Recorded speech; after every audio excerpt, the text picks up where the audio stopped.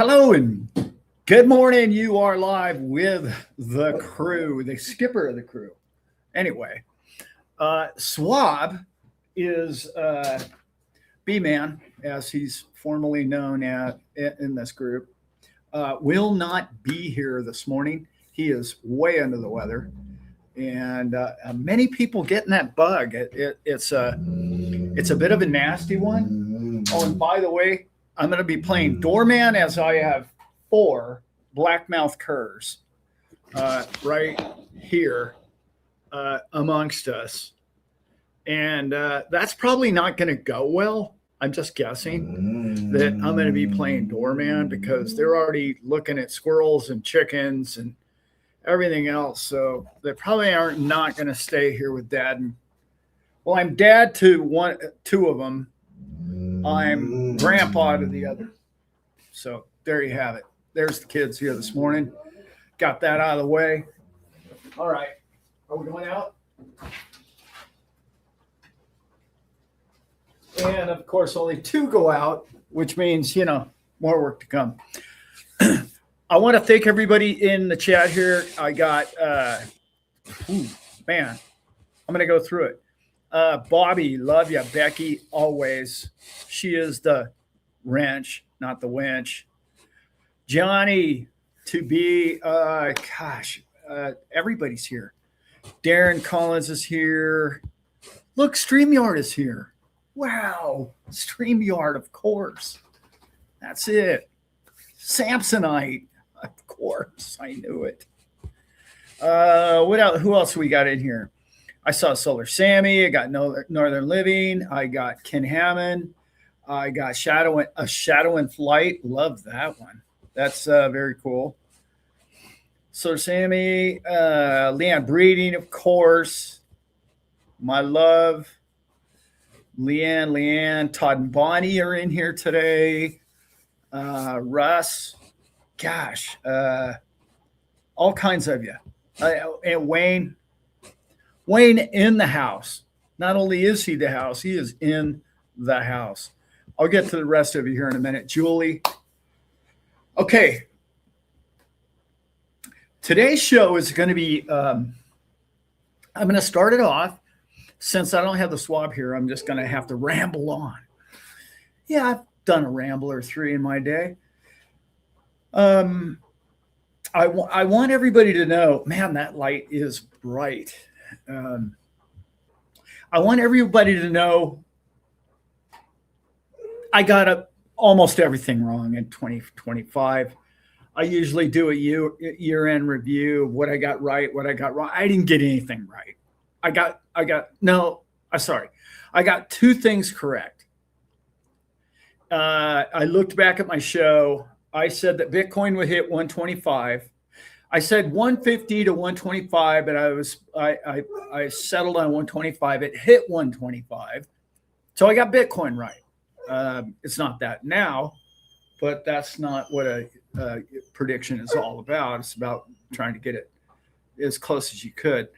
I simply based that on averaging it out and, whatever.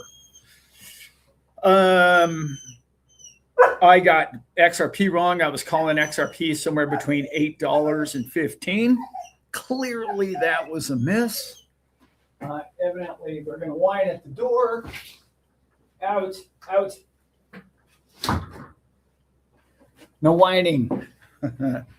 So clearly, we got XRP wrong. I was about to say I apologize for that. I don't apologize for that. There are many really good reasons. Those of you who saw my show with Rob Cunningham the other day, New Year's Eve, I believe it was, I'm sorry about the video. The audio was fine, but the video didn't come out right. I'm still not sure why. We couldn't get it sorted. Hey, Zips Tips is in the house. Robert Driscoll's here. Stone. Hey, Stone's in the house. We got a celebrity here. I'm going to call you after the show, Stone. I need to get something cleared up here about last year's prediction. there's something really big that happened, and a lot of people that don't follow Bitcoin don't understand what happened over the last 2 or 3 months of the year. And we're all putting this all together, so it's not science and it's not math, so I can't necessarily say it's for sure guaranteed. Not that science and math is actually absolute either, but what happened was all the people that bought Bitcoin, I'm going to say for $5,000 or less. You got to remember, many of those people bought Bitcoin at $1,000. They made 100x on their money, and they saw it fall from 125 down to that 100 mark. And when it got to that 100 mark, it just dropped down to 80 and 90 and is kind of hovered around that area. Why is it hovering there? It's hovering there because all those people keep flooding the market with those thousands of coins. Yes, I said it. Thousands of Bitcoin. Thousands of them. Because back when they bought them a decade ago, in or out, big guy? One, out. That guy can't figure out what he wants here this morning. All those people who bought Bitcoin at $1,000 and less, like I did, they were like, hey, I'm out, man. I've 100x my money or more. I'm going to sell a bunch of that. The on-chain analysis just came out recently on that. 7.4 million Bitcoin have sold over the last 3 months. These are old wallets. These are people selling thousands of these coins. Sorry, millions of these coins. Why didn't it go down to 25,000? Why didn't it go back to 5,000? Why didn't it go all the way to the bottom the way all the naysayers were talking about? Because they absolutely bought it up. Fundamentally, the banking, the Wall Street, all the rest, they're all buying. It's not just Michael Saylor. They're all buying Bitcoin. I'm talking about Bitcoin right now because Bitcoin is over 60% of your market share. That's massive, okay? It's massive. As big as we believe, and we know that XRP is going to be one day, XRP is what? I have 3% of the market share? Maybe? I don't even know at this point. Just let that sink in, the multiples. Not to mention the dollar value. It's huge that Bitcoin only dropped to like 80 grand. That was really, really strength. That's strength in your market. That is not weakness. That is not a sign of, hey, everyone's getting out of this thing. Nobody's buying it up. Remember, every price that is sold, someone's buying. There has to be a buyer on the other side of that sell wall. And when that happens, you have nothing. Okay? You have nothing but a market. Without a market, that's when it goes to zero. If you lose safety, on-chain security, and nobody buys it, you're in big trouble.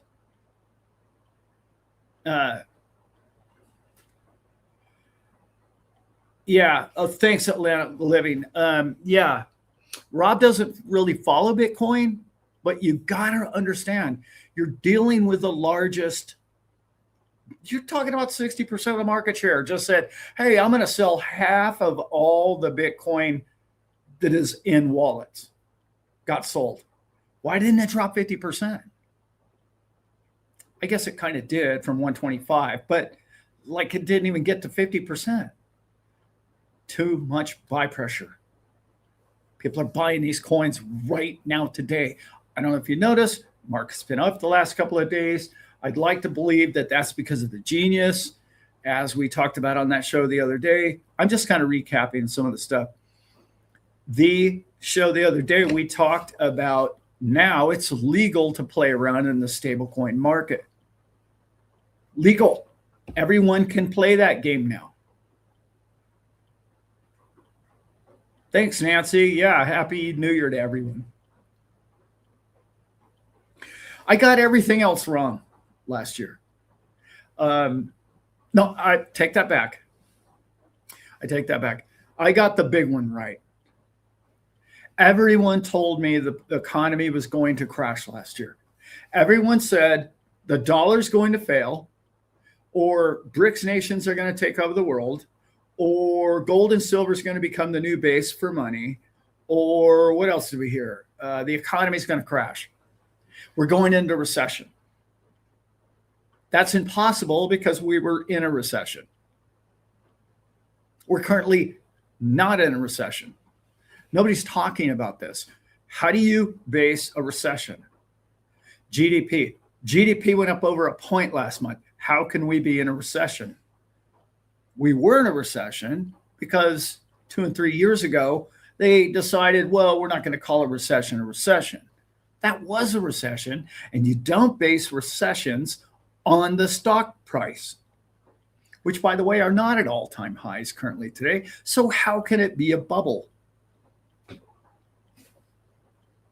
I'm asking. Those people have been found out to be, sky is falling people. Naysayers who get more clicks because they spread fear. It's not likely, in this man's opinion, that we have a recession coming. It's more likely that we had a recession 2 and 3 years ago. We had a government that didn't believe in American economy. We had believe it or politics aside, we had a government who did not create jobs, did not believe in the, how do I put this? Well, capitalism, to put it very vague and broad. They don't believe in capitalism. That's why they hired so many government employees. There's 87 IRS agents or something ridiculous, 87,000 IRS agents, just absurd numbers of all government on the dole, creating more power and more strength for the people at the top to control the masses. This is not capitalism. That is not a republic, by the way. That isn't even a democracy. And I don't want to even get into it. If you don't understand what I just said right there, you need to go back and look at what those definitions are, because you cannot. That's socialism, period, at its most watered down version of communism, if you will, hiring as many jobs as they did through the government. That is not a free-flowing, strong economy. It's never worked like that in man's history, ever. It does for periods of time, but it does not last long, as we all know. All right, enough about that. The economy is strong, people, very strong. I'm going to talk now about why we're going to boom between now and 2030. Yeah, I said it. It's an economic boom coming your way, the likes of something you've never seen before. You, personally, if you're born and you're alive right now and watching this video, you have never seen an economic boom like the one you're about to see. And I don't want to hear about the real estate boom of 06 through 07. No, this is going to blow that one away. Why? It's fundamentally more sound than real estate. I know. You would think, oh, what's this guy talking about? What's more fundamental than a house? Well, no, that was pretty big. Stock market, pretty big. .com, very big. What's bigger than that? Money. You're talking about the exchange of value from one person to another. The most fundamental need of all mankind, even in a socialist system. You have the exchange of value and money and wealth. What does that mean to you and I? Crypto, of course. It means stable coins. It means crypto, period. Blockchain, decentralization. That is vital. Why is it vital? Because everyone wants to transact. Everyone wants to transact without a bank account. How do I know the economy is going to boom? Because of crypto. How do I know that? I know that for a multitude of reasons. Number one, banks are more profitable today than they've ever been in the history of banking. Look that one up. Their profit margins are higher than they've ever been before. They've had simply the greatest quarter that they've ever had. Why? Because of blockchain, because they're moving money around freely in the background, despite what Jamie tells you to the, I don't know, the Bloomberg newscast, despite what he says there, he's moving digits around like that. He's not writing checks. You and I know that. Okay? The world's going to figure that out. What do we love about crypto?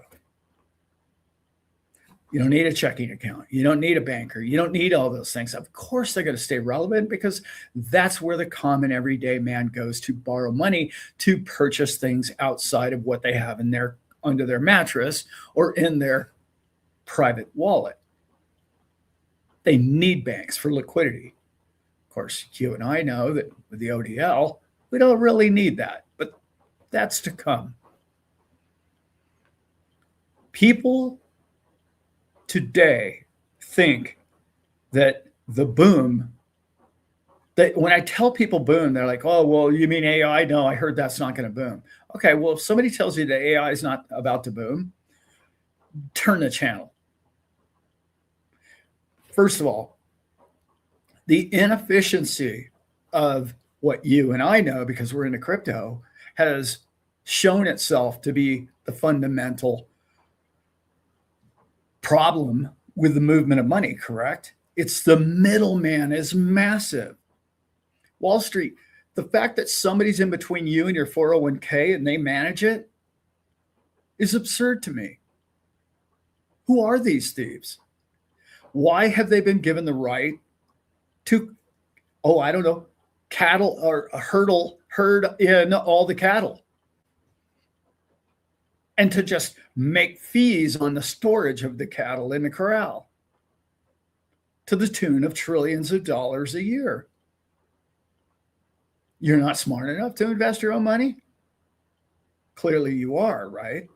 Clearly you are. If you're watching this channel, you're pretty sharp when it comes to, hey, wait a minute, something's not right here.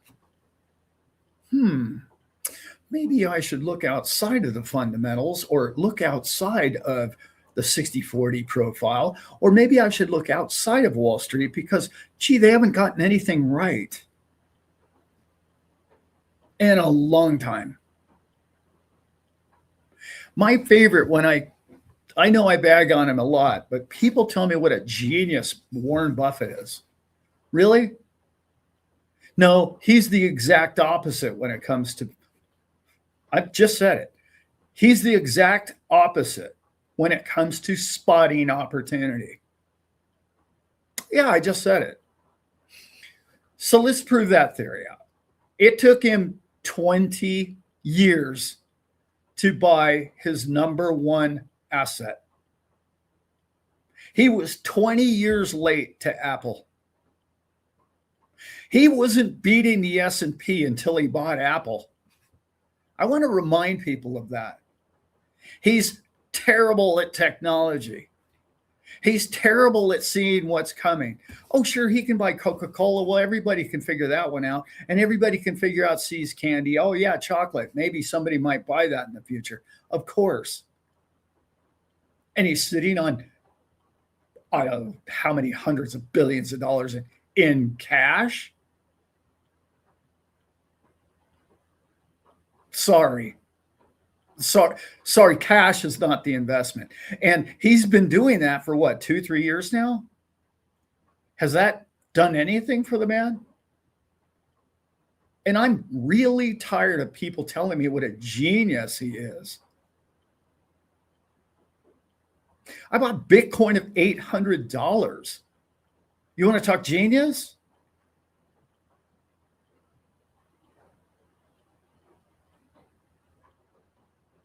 No, I'm not a genius. But a blind man would have to be like, how can you not see crypto as a good investment? How can you not see AI as a good investment? I'm sorry. It's going to help medicine. It's going to help electricity. We're going to find better ways to create electricity, how to make power, how to make it more efficiently, how to make it more less polluting, all the things that everybody concerns themselves with. All of that is going to be done more positively. And he doesn't see that as an opportunity. Traditional finance doesn't see that. When traditional finance tells me that AI is, oh, it's in a bubble. What? Nobody even uses it. How can it be in a bubble until everybody's using it? It has about half the amount of power it needs right now. I'm sorry, guys. You need to stop listening to anybody that tells you that the next 2 years until 2030 or whatever, 5 years, 4 years, whatever it is now, you're going to see a crash. No, sorry, that's not likely. It's just not likely. I'm going to tell you, you should be in these things right now. Okay. I'm not a genius, right? Clearly. This economic boom is going to be technology.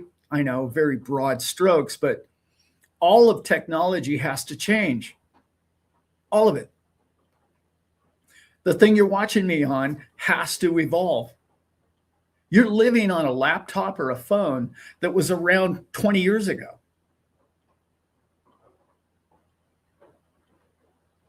Yeah. 20 years old that technology is. It all will be updated within the next, 1 to 5 years? All of it has to go away and then be replaced.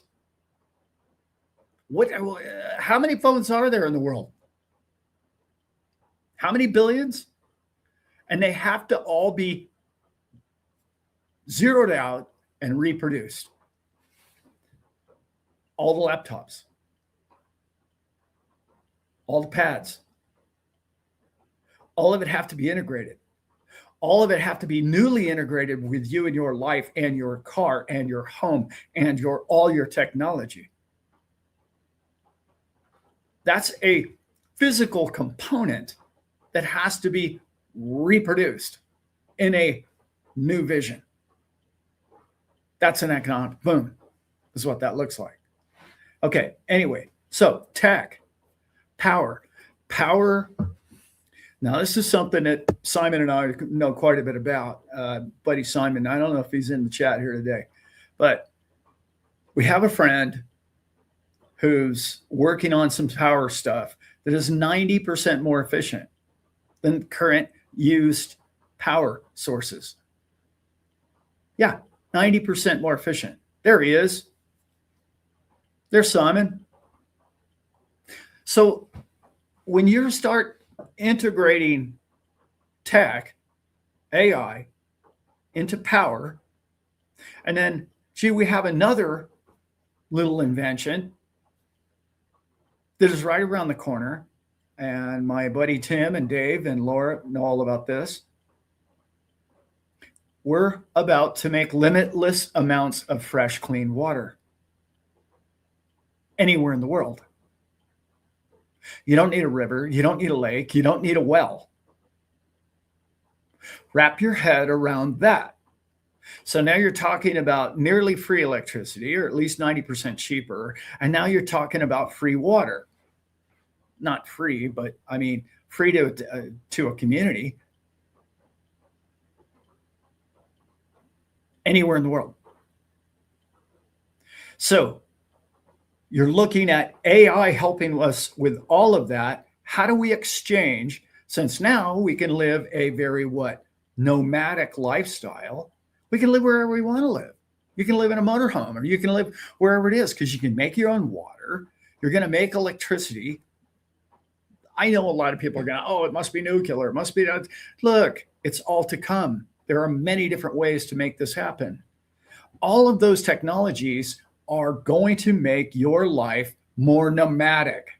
You're not going to be, it's not going to be the traditional, oh, I live in a community of McMansions. Why? Why would you live there? Is there anything about that environment that really makes you happy? Or is it just the cost of the current house that this big McMansion I can afford? You're about to get your freedom back is what I'm trying to tell you. Freedom from the grid, freedom from water, freedom from your finances. Understand those three things. Earning of money on your phone, creating a water out of nowhere, creating electricity out of virtually anywhere. Those are the three biggest things you have on top of health. What is AI going to do with that? Miracles is my guess. Miracles. So when we go from this cloud, I'm going to call it, we're currently in a cloud technology. It works for what we're doing right now. That's great. But you're going to want the hub of the knowledge to be wherever you're at. Or through satellite, obviously. This whole show is going to you through Starlink.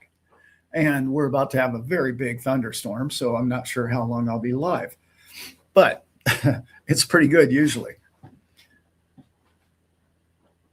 Your current knowledge of technology has all been about Wi-Fi and cloud. What happens when, oh, I don't know, this little machine or this power source or this water source is all in one little box the size of a generator, only it isn't loud like, gee, I don't know, a Honda generator. And it generates lifestyle. And then you come across a channel or 2 or 3 or some people that know what they're talking about who are about to do something that I'm about to say out loud on this video. And I want you all to hold me to it over the next 2 to 3 years. I'm about to say something on this channel that hasn't been said before in this manner. You know how doctors can't use the word cure? Like they're not supposed to use that word. I don't even want to get into that right now. I'm sure we all have our own conceptions of why that is. Most of which has something to do with early 1900s and the Rockefeller family, but we won't get into that at this moment. But my point is this. I'm about to use the word fix, resolved, cured, eliminated, no longer in your life. How about that? Those 5 terms. And I want you to listen closely. Inflation, gone, cured, fixed, eliminated in your life. Let's let that bounce around and eliminating inflation in your lifetime. Within, I don't know, anywhere between 6 months to a year, you'll prove it to yourself on this channel. That might be kind of key. That might be big to you. I know it was revolutionary for me.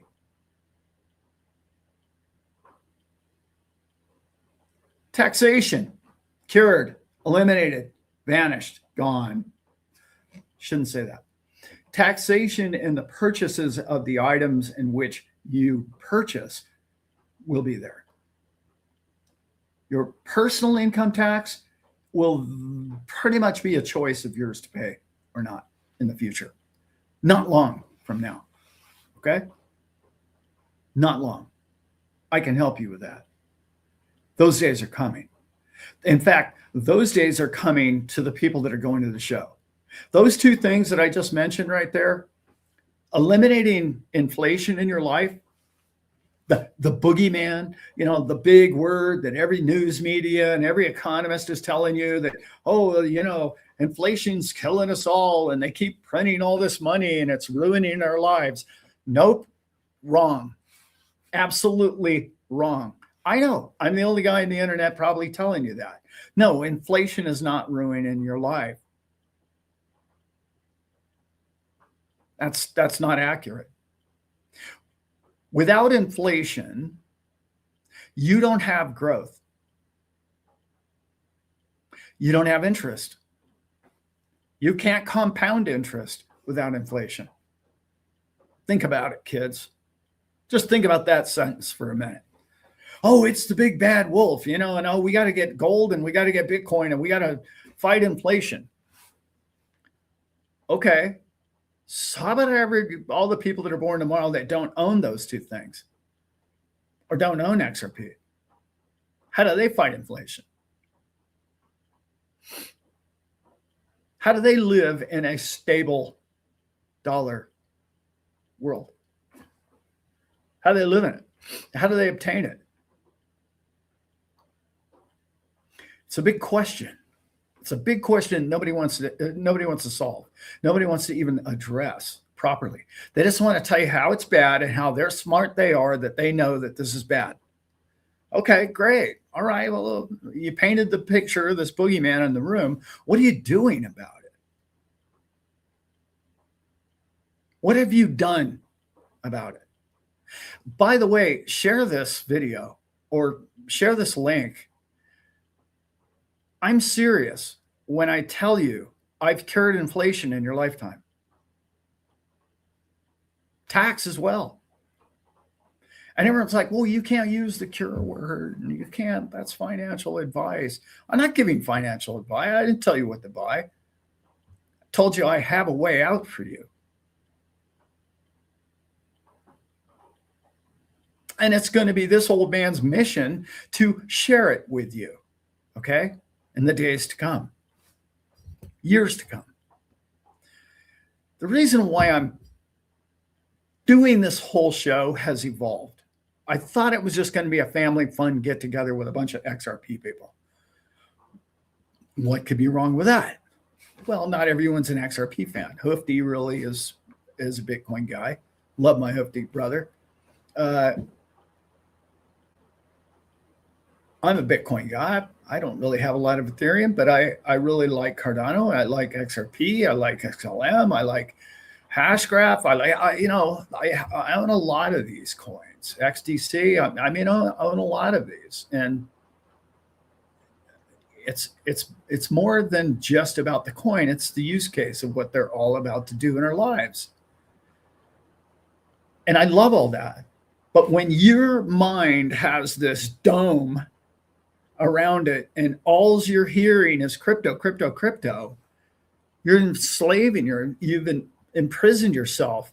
You're not seeing the opportunities outside of crypto or using crypto in a different manner other than just, well, the only thing I can look at is DeFi because I'm crypto guy.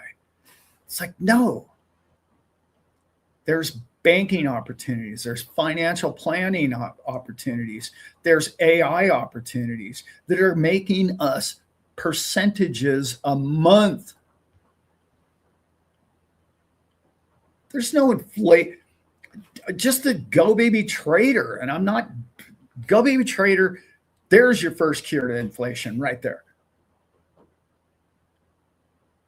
Go Baby Trader pays for your inflation the first month. Done. No more inflation the rest of the year. Think about it like that. At the latest, 2 months. The other 10 months, you're ahead of inflation. See, I just cured it. I just cured your inflation problem.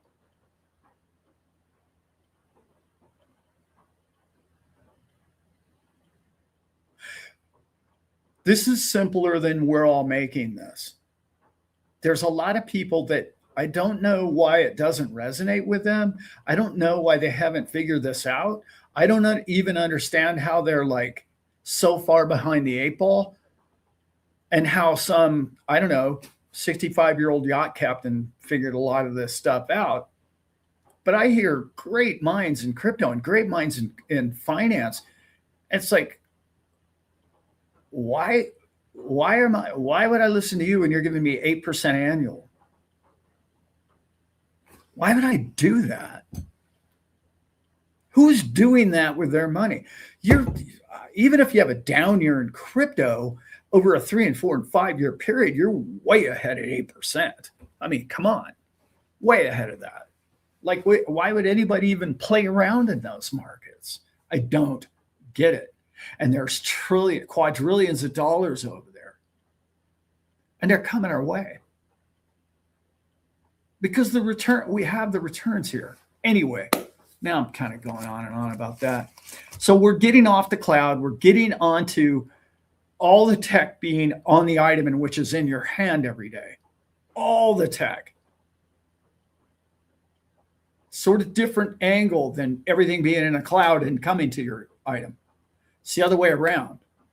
This printer, the TV, your refrigerator, your phone, it's all going to have advanced technology in it.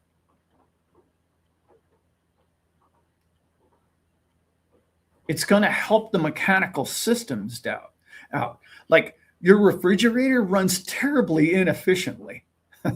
Terrible inefficiency.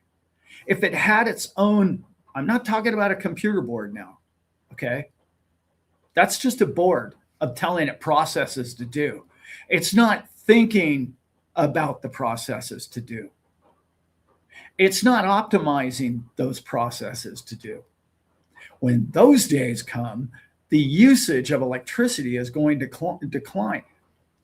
I was talking about water and the amount of electricity that we use moving water around in the world. It's like 8% of the world's use of electricity is water movement. Can you imagine? Like, we're going to eliminate that. I can't wait to share all that with you. That's 6-8 months from now. I'll actually have one here on the property.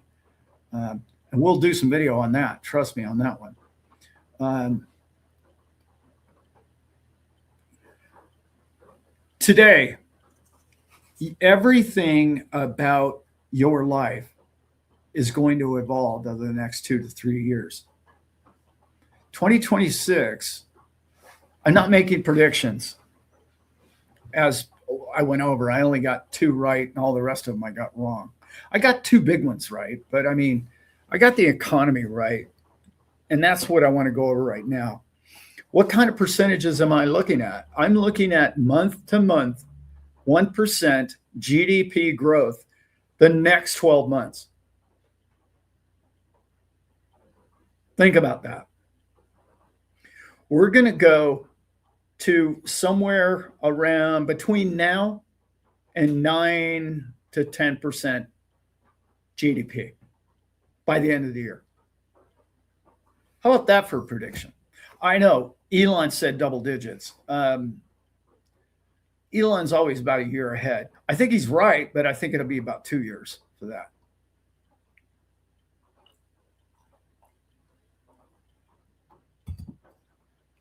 This world is about to explode, people. It's about to explode financially with products that all you need is some capital. Right now is a very important time for you to gain capital. Get a nest egg. Make sure you have a retirement package. Make sure that you've done what you can to secure a nest egg. That egg or equity in a home, and a big home you're living in, or if you have a second home and you can downsize, that second chunk of equity that you can not liquidate but put to work is going to be your job. I want you to start thinking from here forward about your life being, my job now is to secure assets that earn me 5 to 10% a month the rest of my life.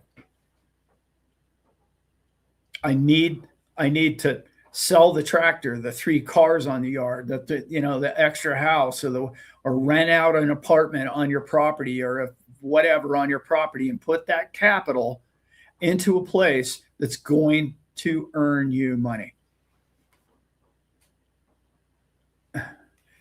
I have a great question here. I was going to address this later in the show, but I'm going to go ahead and hit it now. Yeah.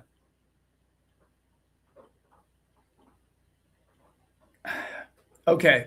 I don't really want to get too political, but Mr. Sanchez Sr. here, brother. Okay, here we go. Alan, any thoughts on how the oil situation in Venezuela will affect U.S. GDP? I think it's a little bit early to get into that at this time. I'm not going to be political about this. However, I am going to go down that road just slightly. Number one, I want everybody to remember a man by the name of Noriega, who ruled Panama with an iron fist. He was extracted from that country, Panama, which I've been to, I don't know, 5 or 6 times. I love Panama. And everybody who lives in Panama and lives there, even expatriates or whoever who lives there, who lived there before that, know the improvement of what happened to that country. You cannot, in today's world, have a dictatorship that is rotten. Now, personally, I think a kingdom, I know a lot of people are going to disagree with this, but I think a kingdom or a dictatorship run with the people in mind is brilliant. This is exactly what Gaddafi was doing. Of course, we know what happened to him. Yeah. Look what's happened to that country since they did that. One of the highest standards of living in the world. And then what happened after, I don't know, Mrs. Clinton had him axed. Not to get political, but that's who did it, right? She laughed about it. Anyway, won't get into this. Noriega comes to mind. I don't know, who's the shoe lady, Marcos in the Philippines? Sometimes you got to go in there and you've got to weed out the problem. I don't know whether or not this is going to work out in that manner. I happen to believe it will, because this is what I know. The world's richest oil nation in the world is Venezuela. It's not very far from America. It's not very far from our refineries. I don't understand why they're not bringing that very, very sulfur heavy crude oil. It's not light crude. It's great for diesel oil and many other things, okay? But it's not the best oil. But they have more oil than any other country, more than the Saudis. Why are those people not the wealthiest people in the world? Why is their standard of living one of the lowest?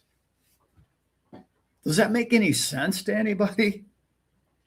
I'm sorry, you can't look at that situation and say, well, he was doing a fantastic job. No, scoreboard.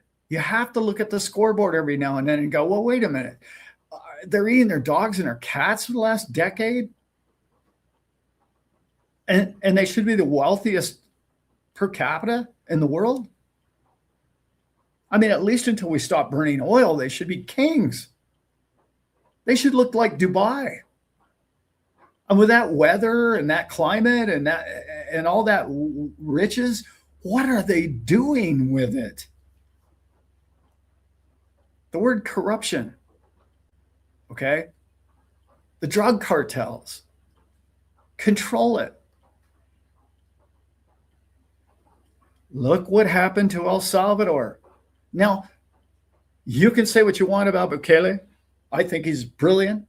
I think what he did, is took all those people and put them in prison that all had gang tattoos and just said, look, you'll get your trial later. You're getting behind bars first. I'm going to clean up my country. And I don't know how many people really know this, but the 3 previous presidents before him, he either had them pay all the money back or he incarcerated them until they did. That's called accountability. Something the world doesn't have a lot of anymore, but I will say that there are people that believe in it still. Now, I'm not trying to be political, but I'm trying to say this. If this country, being the US, if Trump's regime, being honest, I don't know whether they are or not, appear to be, to me, at this point, that they have good intent for the people of Venezuela. If that turns out to be the case, we will know within 6 months to a year, Mr. Sanchez, that we will find out within about a year that all of those people are now getting the most important thing they needed, which was selling the oil to the right people for the right price and exporting more and more of it and getting industry to go there and help them either refine it themselves or to extract it more efficiently. And a percentage of those profits go to the tax-paying people.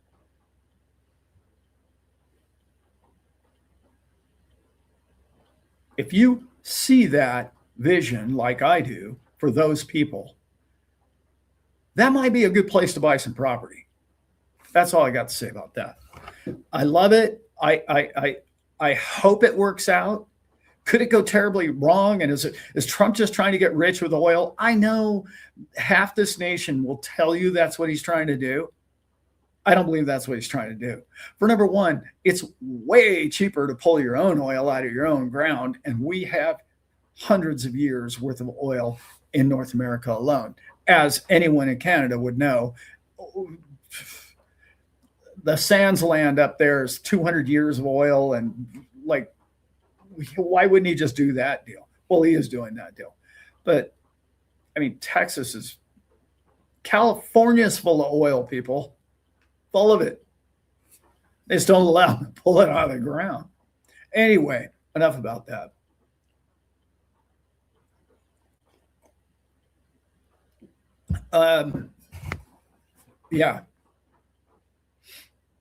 Yeah, Canada should be a rich nation.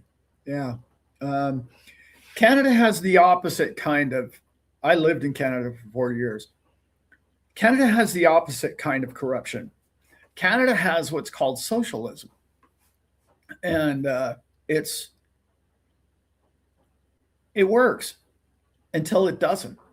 And it works and it gets really expensive and really expensive and really expensive. And then it becomes so top heavy that it doesn't work. That hasn't happened yet, but the signs of it, of weakening, seem to be occurring in both Europe and in Canada. Just from a guy that follows some geopolitical stuff, but it's not really my forte. Anyway, I don't want to get too deep into that. Let's talk about your health. Your health is about to change because of AI and all the other things. You're about to live longer. Your health's about to get better, and you're about to live longer. Those two things might be a big thing to you. I don't know. If you're under 40, you probably don't worry about it much. If you're over 40, I'm just going to say there's cures coming your way that you've never even thought of before. And I'm not talking about, oh, well, I should just eat carrots and broccoli every day. There's too many people selling diet. I'm sorry, people. It's not about your diet. That's just factually not accurate.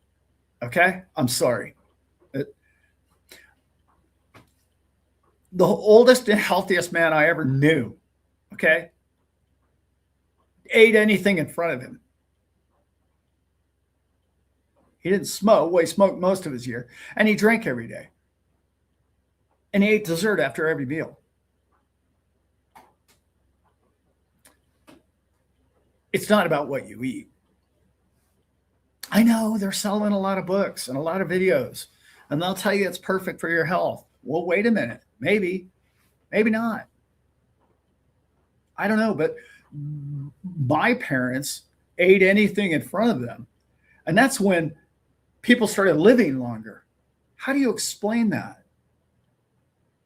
How do you explain that people started living longer and supposedly our food was terrible? That's odd. I know. Everybody's free to have their own opinion on all of that. If you think that you just ate veggies all day, that you're going to live longer, okay, maybe. But I mean, that hasn't necessarily proven out at all. But I'm this guy helping you out with life, health, wealth, and happiness. And whatever makes you happy is probably the best thing for your health. I'm just saying. I'm just guessing on that one. Actually, no, I'm not guessing on that one. I had an opportunity the other day to, this is a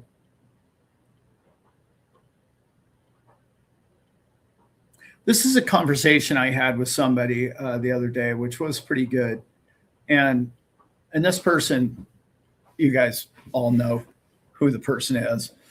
But we were talking about man and where man is, and a man's on the brink of something, and time's accelerating, and everything's getting crazy, Alan, and we don't really know where we're all headed. And I see us falling off of a cliff, and I'm like, wow, okay, well, tell me more, and tell me more, and tell me what's going on, and tell me why you feel that way, and tell me what it is about today that you think is worse than yesterday. And he really couldn't come up with anything. He said, well, yeah, yesterday was bad too. I said, well, okay, then what's worse this year than last year? Well, I don't know, just all of it. Aren't you listening? Aren't you listening to what's being said? Aren't you listening to what's being told out there? Everybody knows it's worse today than it was last year. And I'm like, okay, all right, that makes sense to you. That's good. That's good. When's the last time you thought about what's going well?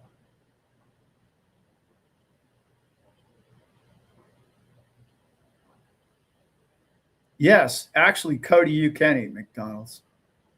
But anyway, I won't get into that.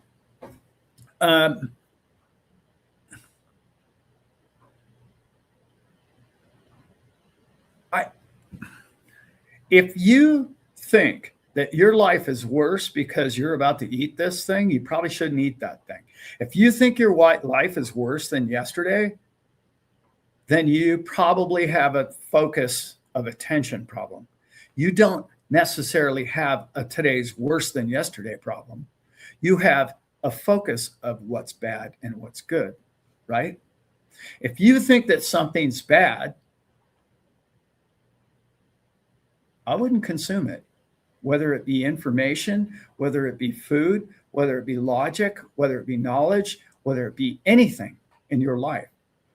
If you've put a bad sticker on it, well, okay, prove it to yourself. Don't just listen to a dietitian or a philosopher or a politician or an economist tell you what's good and what's bad. You might want to figure out what resonates with you, right? What resonates with you? Are you living your life? Is your life a complete lie? Is everything you know something you learned on the internet? Probably. Is everything in your life a life experience knowledge, or is it something you read or heard? And has anyone ever been able to prove any of the things ever in your lifetime?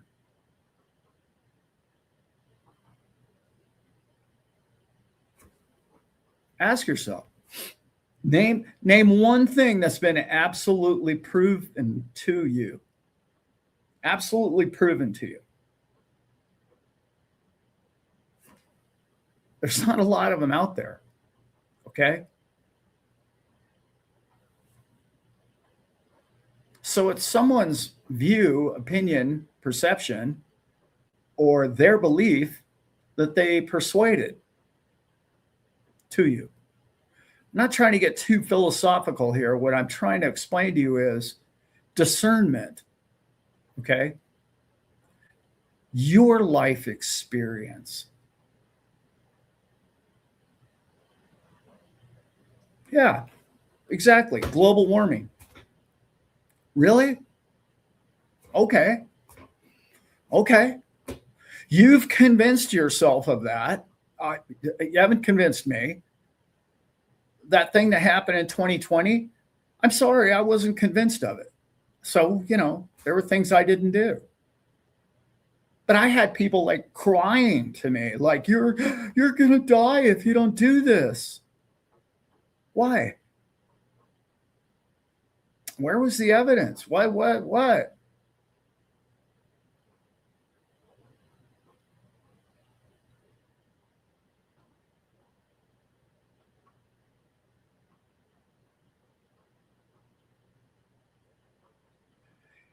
Yeah.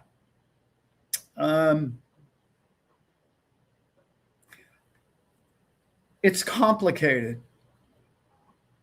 Life isn't simple. Life is a series of pieces of information that you either believe, question, or accept. I'll accept it that it's possible. No, I believe that. Or you question it. It's a series of those three things.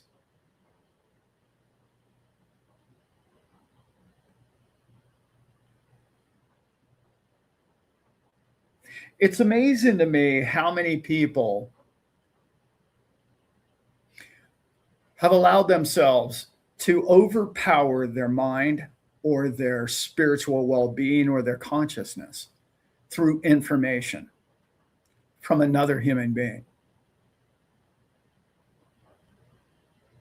Isn't that strange to you? If you don't find that to be strange, then, oh, okay, then you're allowing everybody else on the planet to, let's see, direct your train of thought. So life experience is really not worth much to you? Or what?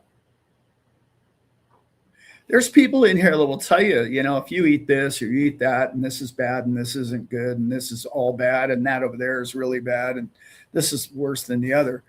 Yeah, okay, all right. But I still want everybody to remember that Tibetan monks eat pure white starch all day. And that's about all they eat. Pure white starch. Huh. Gee, wonder how that works. How is it they don't eat any protein and all they eat is white rice all day?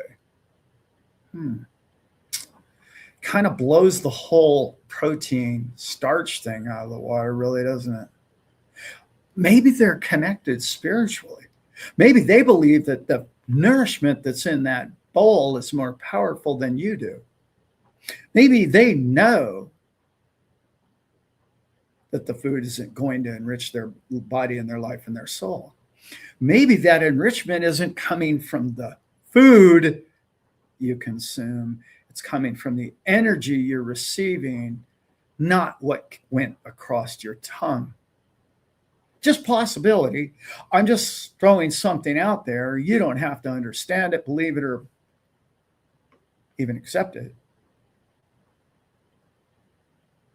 But if you believe you're sick, you're sick. But if you don't know you had a disease, amazing how many of times that you just walked through your life and you didn't even know you had it. Odd, that one. That one's difficult. But everybody who eats this gets fat. No, that's not accurate. So everybody who doesn't do this does that. No. So we're not all just a math equation or a test tube, really, are we? How does that work? Oh, let's gene types and body types and this people process and those people have a higher metabolism. All those other factors that, you are what you eat in this world is a lie. You are what you eat? Really? Okay. So if I just eat red beets all day, every day of my life, I'm going to be perfectly healthy and never get sick and never have a heart problem, never have all those things that they say that red beets help you with. Is that right? Maybe. Depends on whether or not you're watching the evening news, really, doesn't it? If you're listening to naysayers on YouTube all day long tell you that the sky is falling, I don't care how good your diet is, you're probably not gonna be healthy. How is that the possibility? How is it that, I don't know, everything in life goes that way? Like the positive person that that's just always healthy, always happy, and always go lucky, doesn't have a dollar to their name, happy as can be. Odd that one's really odd to me. After a life of studying this, I look back and I say everything I thought I knew or everything I was told, it was like, okay, clearly gravity exists. You could see it every single day. Nobody can really explain it. Electricity, we know what it is. Can't really explain it. You really can't explain electricity.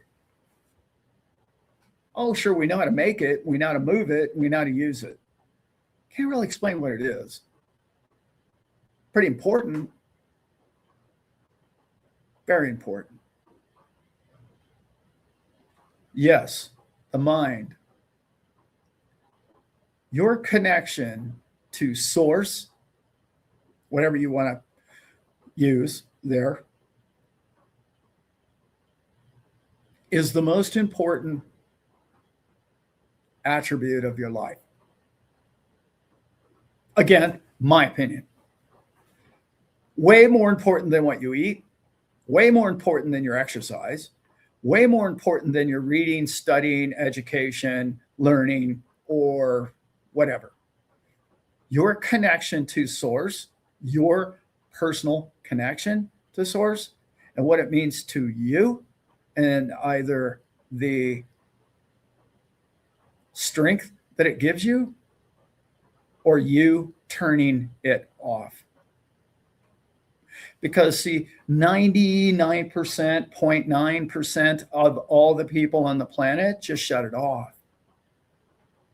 They're not connected. One who is connected is more powerful than millions who are not. Those moments of brilliance that come from people like Tesla or whoever, they come from source. It wasn't a math equation that he figured out in his head. He always says as soon as he got up from a nap, he had his best ideas. As soon as you get out of a meditation, you have your best ideas. Is that coming from you and your knowledge and your books and your schooling and your knowledge of what you're eating? Or is that coming from source? Where's that coming from? And are you listening? Have you ever listened? I know you can still hear me. Sorry, my internet is a little spotty right now with this storm. Give me a 5x5 if you can still hear me. Your connection to source is more important to you than what your knowledge is. I'm going to repeat that in a different way. Your confidence and your knowledge of who you are and what God, Christ, love, light, source, energy, whatever it is you believe in, a higher source of being is, that connection, that exists between you and all that is an eternal energy is more powerful than the cupcake you just consumed. I hope that makes sense. Because, see, you're truly invincible if you knew it, if you lived it. There was a man, many men that have walked this planet, but a great man who walked around healing people. Did he heal that person because the person didn't eat sugar? No, probably not, right? That healing occurred because he knew how perfect their energy is. Does that make sense? I hope you all can understand where I'm going with that. You are the most important thing on this planet. You, not me, not us as a group, not us as a community. You individually are the connection to source, light, love. When you realize that, and when you use that to your full potential and opportunity, life becomes easy. Life becomes simple. You look around and things work out for you. You can't understand why, because you don't want to think about it too long about why bad things don't happen to you, or negative things happen to you, or people you know are around you. Remember, if you can see bad things as happening to other people as just being, a stepping stone for them to learn further, and not judge it by it being bad or good, you then come to a place and a time with your own personal energy to where you say, it's all good. I don't live in a tumultuous world. I live in a blessed universe. I live where prosperity abounds. Well-being is all over the face of this planet. There are more well people than sick people. Yet I'm told the problems of the world. I'm not told of the well-being. If somebody's of good health, do they tell you that they're good and healthy? No, they don't.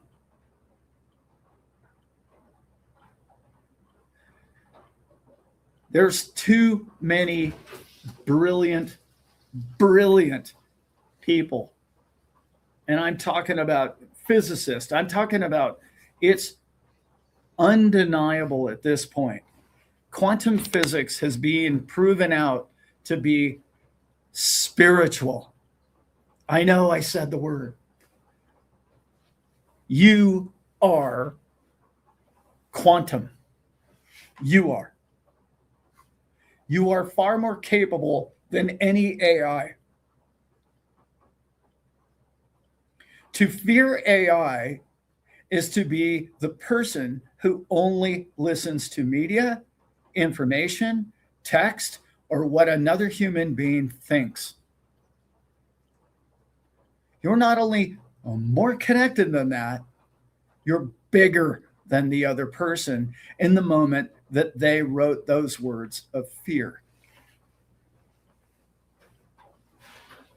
Because nobody writes words of lack or fear or other problems when they're connected to source. It's impossible. Because the love and well-being of all mankind is bigger than gravity. It's bigger than the cupcake. It's bigger than your problems. It's bigger than all of man's problems. because each and every single one of us 8 billion people on this planet are connected to source, and all the 3 trillion cells in your body are connected to source, and every cell on this planet and universe is all connected to source. That therefore you are not only eternal, you are invincible. And you're being told by I don't know why or what their motive that you're not. And you're simply a human being that ate some sugar and now you're fat boy.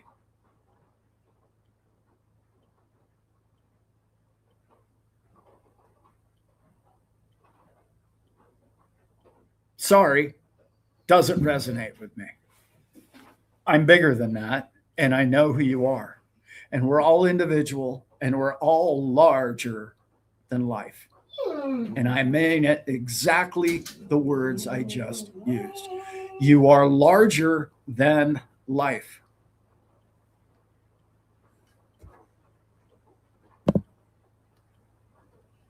And I'm back. I think I'm back. Jesse, I gotta let the dog out again.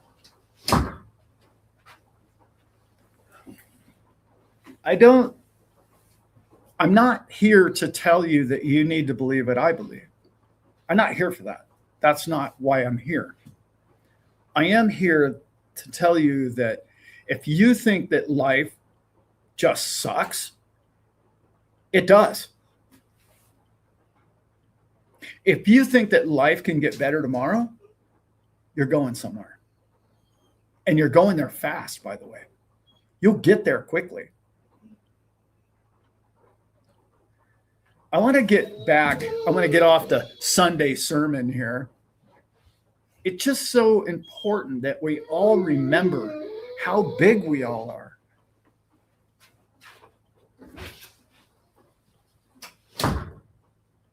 I had a great conversation with Rob, but Christ came to this planet among many other great men that have walked this planet and women that have walked this planet that are absolutely connected and dialed in. Probably none of which is any greater than Christ, of course, but like he walked this planet in the knowledge of telling you who you were, who we are, how great we are. And then we've listened to naysayers, disciples of Pilate, essentially, every day since then, tell us who we aren't. And I'm up to hearing it. Dietitians and scientists and teachers, and they're still teaching. Do you want to hear how absurd this world is? They're still teaching the same old crap in school that I learned 50 years ago. Really? Really? Just wrap your head around the ignorance of that. We haven't evolved in 50 years?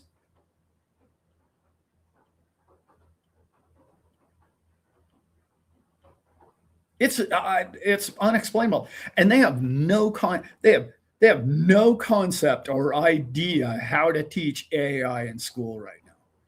They're just like does not compute. They're lost. They have no idea.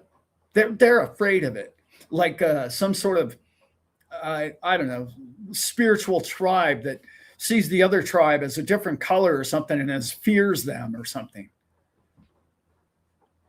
Like some sort of crazy, like they have no concept as to what to do with the future of mankind because they're lost. They're living in 10 years back, technologically.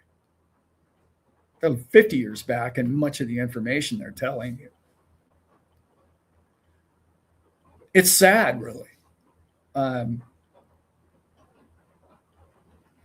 They're not evolving. And why are they not evolving? Not just with technology. They don't teach us how to handle money. They don't teach us anything spiritually. They don't teach us anything, I don't know, health-wise. They still got that goofy little pyramid thing, I'm sure. And they don't teach us anything about relationships between a man and a woman, or person to person, or respect each other, or love each other. Why don't they teach love and appreciation and the uniqueness of every human being? Instead, they say, oh, well, we're a class. We're all 30 kids. We have to worry about everybody on the planet. Otherwise, we're not a good person. No, you're an individual and you're connected and you're more important than the masses. You're far more important to us all. Your uniqueness is here for a reason. Otherwise, we'd all look the same. We'd all think the same. We'd all be connected to source identically the same, wouldn't we? I mean, I breed these black-mouthed curs. They're all different dogs. Every single one of the 9 puppies were different dogs. Sure, they almost all looked alike, but they're not even remotely the same dog. That's how important it is that you're not a tribe. You're not a nation. You're not a group of people. We believe this and those people believe that. No, you're more important to us than that. Stop settling for a tribe. You're bigger than that to us all. They keep us separated. I tell the story all the time. It's like they gave them blue and red. I'll use it in this case. They gave them red and blue things to think of on the other side of the castle wall, intentionally, so that they would fight with each other and not at the castle. Real simple. Because they know, or at least they have people that have taught them, that if every one of us used our inner strength and our inner connection, our inner knowledge of who we are universally, we would be way more powerful than the king. Pilate figured that out. It's like, wow, that guy? No, why would you? He's probably the most intelligent person I've ever heard speak, and you want to do what with him? Why?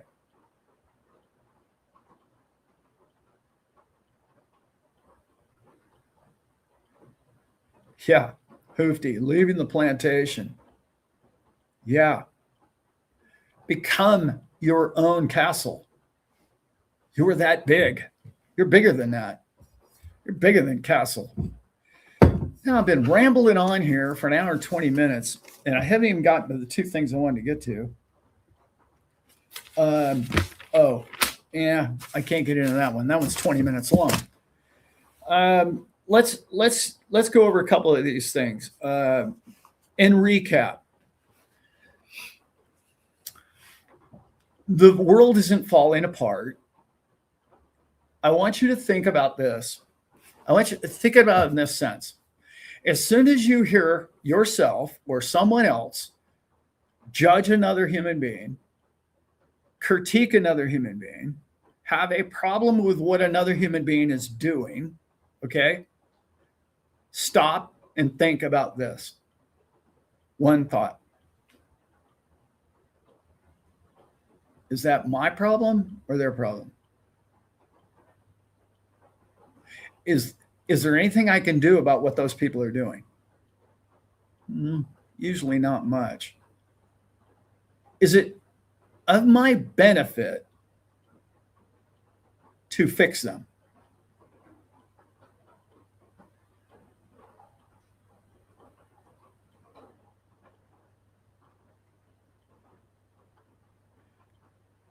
No, it's not. Your judgment, your critique, your foundation of what you're judging another human being with is flawed. Your life experience is not perfect, correct? Your knowledge isn't perfect. Your understanding of this world isn't perfect. You've been sold a pack of lies about almost everything we think we know about this world is all BS. All of it. The real strength is you, your individualism. We went over that. So therefore, their strength is their individualism.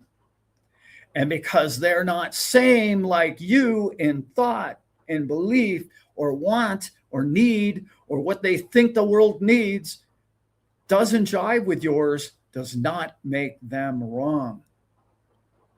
Your understanding of that makes you bigger. The understanding of that makes you see the world in God's eyes. Again, my opinion, only my opinion, only my experience. I'm not here to preach to you. That's not why I'm doing what I'm doing right now. I'm trying to teach you the exact opposite of listening to one person and think that you need to resonate with that and believe the way they believe. The opposite of that. Don't resonate with what I think or what I say. Resonate individually through you, what you think, what works for you. Don't judge by somebody else's lifestyle. That doesn't help you. It keeps you enslaved, and it keeps you in their life, their needs, their wants, their ignorance. And it's probably been a long time, I'm guessing, since they've focused on themselves and their connection to source. Probably been a long time for them. And you can probably see that in who they are and what their walk is. They're stuck in this material world of competition, hating my neighbor, disliking the system, disliking the beliefs of another human being. All of those things are enslaving you. Enslaving all of us.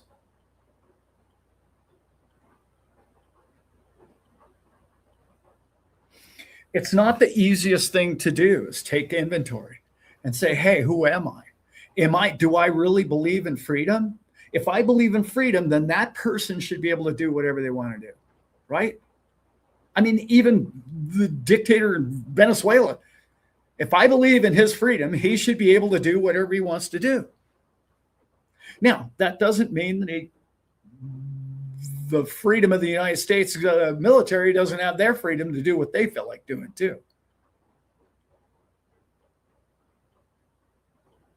If they think that they're doing something for a greater mass of people and they do it and it turns out to be an accurate thing, was that bad? I don't know. I have my opinions, but almost all of my opinions are based on what? What do you really know about the situation? What are you ever going to learn about another man's situation? Man being man, women, and child. What are you ever going to know about their situation in life? Whether it be political, government, legally, community, relationship with their parents, relationship with their husband or wife. What are you ever really going to know about that human being? Zip. And you're making a judgment on it. Okay. Well, that's kind of talking right out of your tailpipe, really. Or worse than that, you're enslaving the moment of your day that could be doing something more productive with your brain cells or your life experience than worrying about what some other guy's doing with him and his wife in his house. I know it all sounds simple when we explain it to ourselves or you hear another person say it, but if we can live there more often, then you get to see your fellow man the way, I'm only assuming, God sees us all.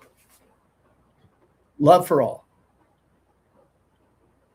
Now, I want to get back to the two things that I said was really important in the show. I said a couple of things, but I really want to get back to these two things.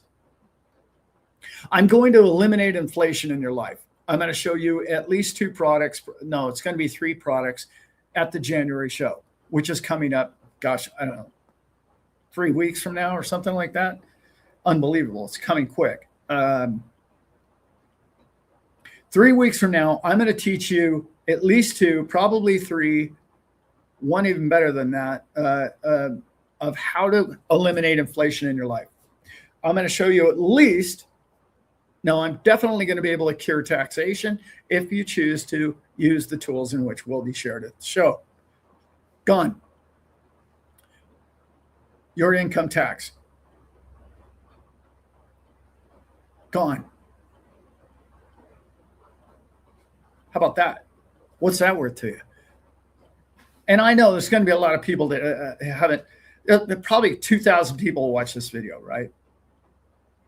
And I'm going to say maybe, I think we sold 250 tickets, something like that. The building holds 500, so we're not going to sell out. They were selling so fast in the beginning, I thought we were going to sell out.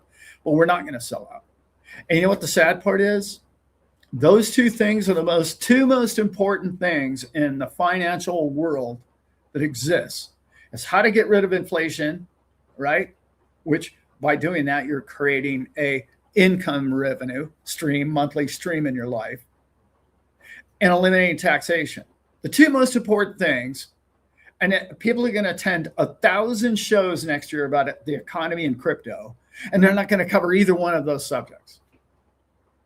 Not only are they not going to cover those subjects, they're not going to cure those subjects like I'm going to cure those subjects for you at that show. And two of those products will not be offered anywhere on the internet after that show. Sorry, you're out. So you might want to go to the show. Just saying. And honestly, the fewer people that go, the better it is, because that way I could probably meet more people. But the tools that I'm going to share with you, that Simon, myself, Kurt, there's too many people. We're gonna put a show on for you, and this show is going to change your life if you choose to use the tools. It will change your life like no other show you're going to go to all year long or have been to in the last 3 years.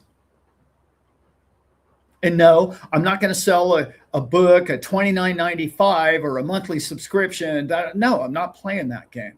That's not what I'm doing. What I'm doing is I'm handing you the tools at the show. Literally handing you the tools. And then you decide how you want to fix your life.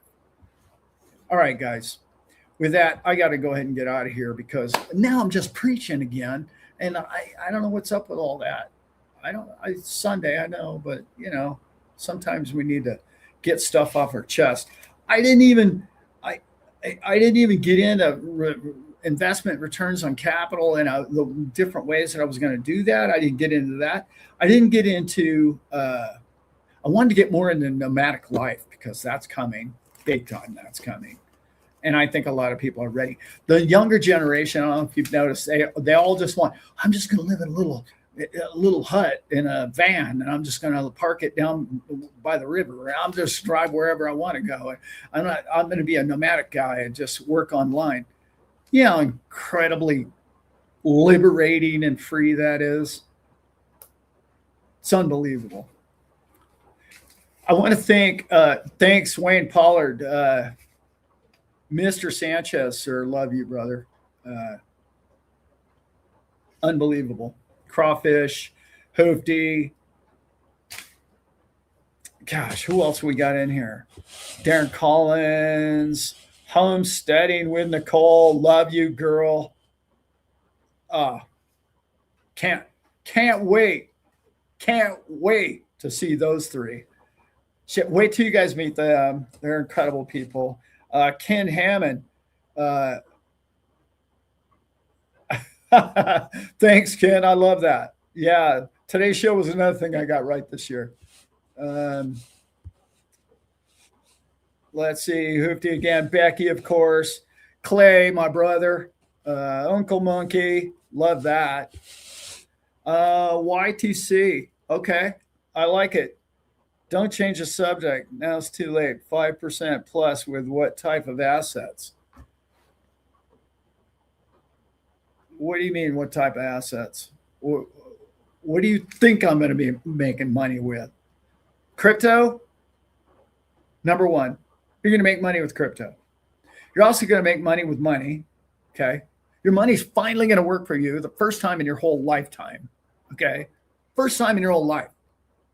Your savings is going to support you. Wrap your head around that one real quick. Your saving, I'm going to say it again. Your savings is going to be your job. Bingo. Who else we got in here? Nancy, Northern, of course. Again, Bobby, my brother Bobby. We've got Robert Driscoll, love you. Nancy Hoffman, of course. Crawfish, crayfish, crawfish. I got my brother right here, Kenny. This is Kenny, XRP Renegade. Wow, what a dude. Wait till you meet this guy's heart and soul. You think my son and I are good people. That man right there? Yes, sir. I love people like my man, Kenny. We got Eugene Hernandez. Okay. I love y'all. Cody, obviously. Money Paradise is Cody. Don't let him hide behind that. He'll be at the show. Atlantic Living, of course, my brother. Trying to scroll through these and get the ones I haven't got. Oak, of course. And brothers and sisters, all the usual. Christie's probably in here. Lamb breeding. Anyway, you guys know who you are. And you know that I love you all, and I really appreciate you guys spending your time with me. We have a big year, 2026. We're going to kick it off in 3 weeks' time. And in 3 weeks' time, I'm going to explain some things to some people in that room that are going to revolutionize this channel going forward. Going forward, this channel will be more about taking care of our friends and family than ever before. If that means something to you, then you're on the right channel. If you simply want to get rich and run off in a Lambo and a bikini model, good for you. Go to the show and you can figure out how to do that too. Okay? I am here for you at your service this whole next year. I will be doing less videos. I made a promise to myself to spend more time with Elizabeth and Brent. It's unacceptable to this man that I know more about crypto than I do my son's life. That's a failure on this man's part. I've worked very hard for our community to study what I can and to know as much as I can and to find the tools to help you all make a living with your money. And that's where we're at. But at the expense of my relationship with my son is unacceptable. And it's a failure, in my opinion, of this man's life. And I will be correcting that. That is my New Year's resolution. And I hope you all hold me to it. All right, everybody. Be well. I love you all. And I will see you all very soon.